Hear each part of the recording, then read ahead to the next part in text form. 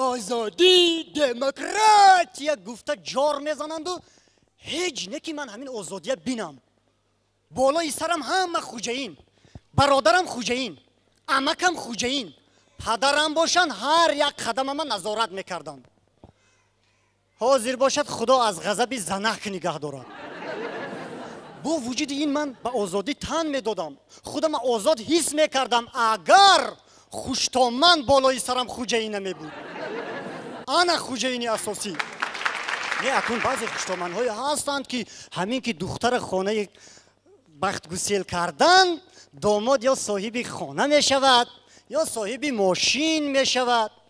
لیکن باور کنید همین خیلی داماد ها بسیارش ناشکر، همین خیلی خوشتامن های ببرکت به داماد های ناشکر می افتند. 100 تا اگر همین گونه داماد گویی که از کجا تو صاحب این قدر چیزها شده، یگان تاش قائل نمی شود گوید که از دولت خوشتامن. اگر خوشتامنی من همین خیلی می بود و بعد خوجه‌اینی میکرد، من طرفدار. راست دیگه من خودم زنگیر نبودم، عموما در یگان جای گوشه خیالم هم نیتی زنگیری نداشتم. همین یاسمن جان حاضر زنم به همه جوره های معقول بود. از من خواهش میکردن که تو درباره همین یاسمن جان یگان شعر یگان سرود ایجاد کن. خیلی کاری دائمی من بود. یک وقت در یک معرکه بعد من دوام دادم. پلگ لاشو پلگ لاشو پلگ لاش ماسم دل کو میکشه دل برکیاش ماسم زیدست دختر را دیوانه گشتم ماسم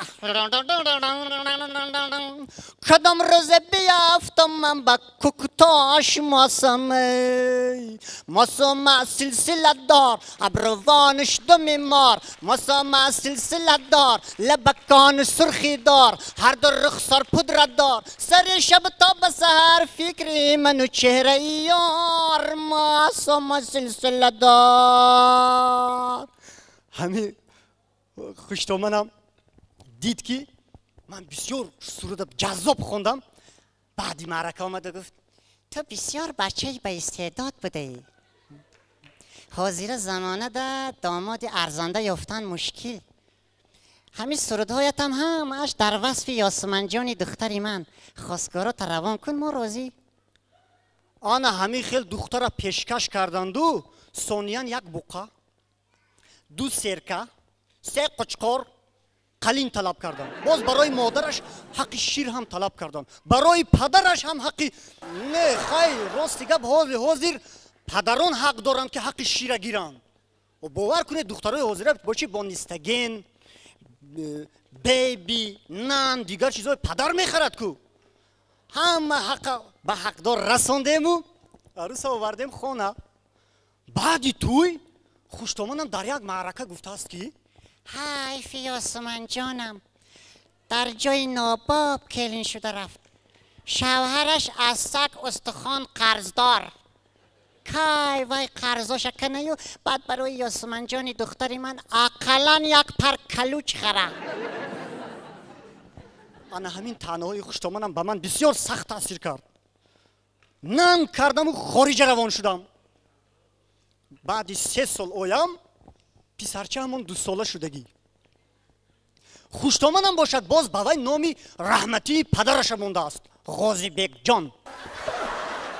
این غازی بیگ جان اینقدر وعاسی چیراسی عراسی از زنم میپرسم که یاسمن جان او برای چی کودک نادرست تربیه کرده ای تو؟ میگه شما هم در تربیه فرزند مسئولیت داشتید، رفته بچه مشه تربیه کرده توانستید ما را فراموش کردید. نمیخیل شد. من حیران کی خبر رسونده است که من در خارج زن دارم من نمیدونم. همین قدر میخواهم که همین پسرت یک مهربانی کنم. دادا میدادم مولیم دادا میگوید مرا نمیخواهد. یاسمن جان آخر برای چی مرا نمیخواهد؟ لیکن دادا میگه ای شما نبودید وای دادا گفته دایره رو میگفت، بابایش دایره مینواخت این میرقصید. خیلی بعد من هم دایره رو گرفتم و شنگیل کردم. همین قدر که نوازم تمام همسایه های گرد و اطراف آواز دایره فهمیده گمان کردن که توی از جمع آمدن. غازیبک جان نخواست خودش این تو گویان به آغوش کریمی تو تله همسایه بالای من پرتو. من ذهن مانده بینم چشمکا چشمی کریم، گوشکا گوشی کریم، لبکا لبی کریم، بینی بینی کریم، لبا لبای کریم، کلکنده کریم. گمان کردم که بود در آغوشش نسخه کریم. یا خداوند کریم. انا دادا چی بوده است؟ دادای غازیبک جان کی؟ نه خیلی اکنون غازیبک جان بعضا اگر ظاهرا مانند هم نباشد فعلش رفتارش کم کم به من هم مانند. یافتم رفته دینکا میکنم.